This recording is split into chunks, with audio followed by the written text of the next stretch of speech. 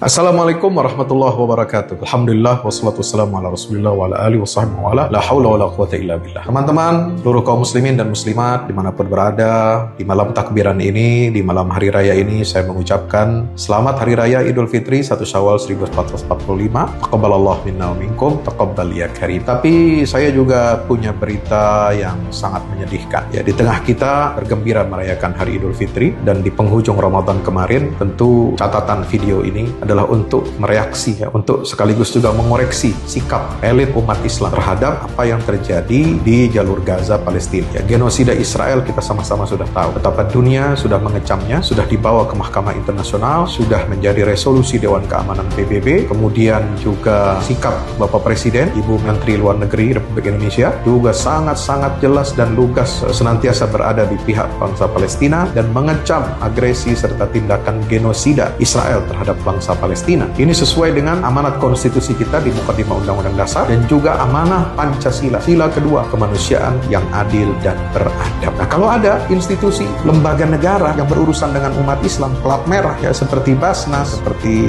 Badan Pengelola Istiqlal, juga sikap imam besarnya itu sangat memprihatinkan ya, ketika mereka menerima donasi dari perusahaan-perusahaan yang terafiliasi dengan Zionis Israel ya, dan itu ada listnya di gerakan BDS, boykot, divestasi dan sanksi yang ada di seluruh dunia termasuk di Indonesia. Lalu kemudian sikap Badan Pengelola Istiqlal yang secara vulgar terang benderang dalam spanduk-spanduknya itu menyatakan cara berbagi di bulan Ramadan ini bekerja sama dengan 6, nggak tanggung-tanggung, 6 perusahaan yang ada di list BDS ya, boykot, divestasi dan sanksi, yaitu Unilever, Danone, kemudian Pizza Hut, KFC, McDonald's, serta Coca-Cola. Itu jelas ya, mereka ini adalah perusahaan-perusahaan yang induknya semua mendukung langsung maupun tidak langsung genosida yang terjadi di Palestina yang dilakukan oleh penjajah Zionis Israel. Saya ingin pertanyakan kepada institusi Basnas ya, walaupun kita bersyukur mereka sudah meluruskan dan mereposisi sikapnya dan meminta maaf dan tidak mau lagi menerima donasi dari McD, tapi tetap ini harus jadi pelajaran buat kita semua. Jangan main-main, jangan mengaduk-aduk perasaan umat Islam, jangan memancing emosi umat Islam yang saat ini 6 bulan umat Islam ini tertusuk hatinya, terinjak-injak harga diri dan kehormatannya karena saudaranya di Palestina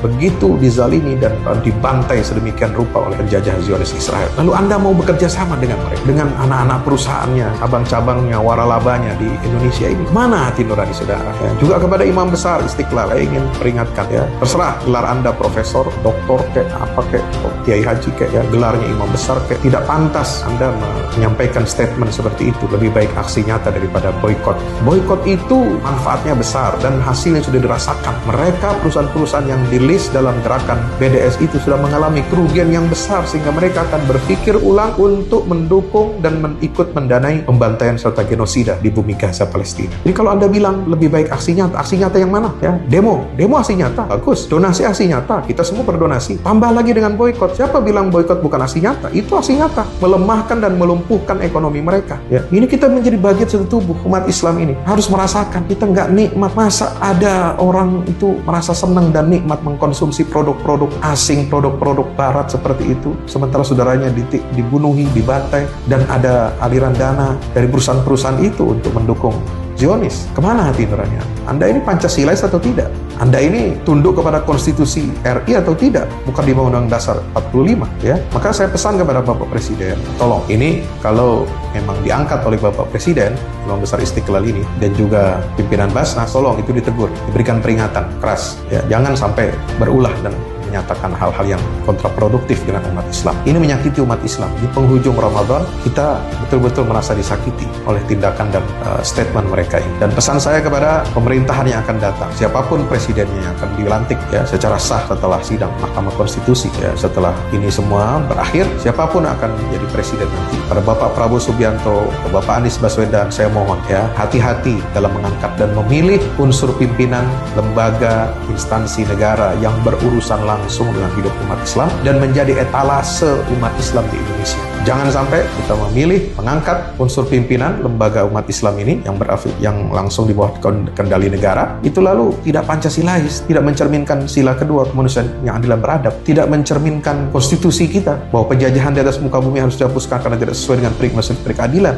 dan tidak sesuai dengan kebijakan politik luar negeri kita yang sudah berulang kali ditegaskan oleh Bapak Presiden, Ibu Menlu. Maka itu pesan saya di malam takbiran ini, mudah-mudahan bermanfaat. Dan sekali lagi, mari kita sama-sama bersihkan hati kita, benahi adab kita kepada Allah, adab kita kepada Rasulullah dan umat Nabi Muhammad SAW, karena Nabi SAW bersabda, ad-dinu an-nasihah. Qulna liman ya Rasulullah? An-nasihah lillahi wa li rasulihi wa li a'immatil muslimin wa ammatihim. Agama adalah nasihat yang tulus untuk menegakkan agama Allah dan Rasulnya, nasihat kepada para pemimpinnya, dan juga kepada seluruh umat Islam. Mudah-mudahan kita diberkahi oleh Allah kembali kepada fitrah kita yang suci. Wassalamualaikum warahmatullahi wabarakatuh.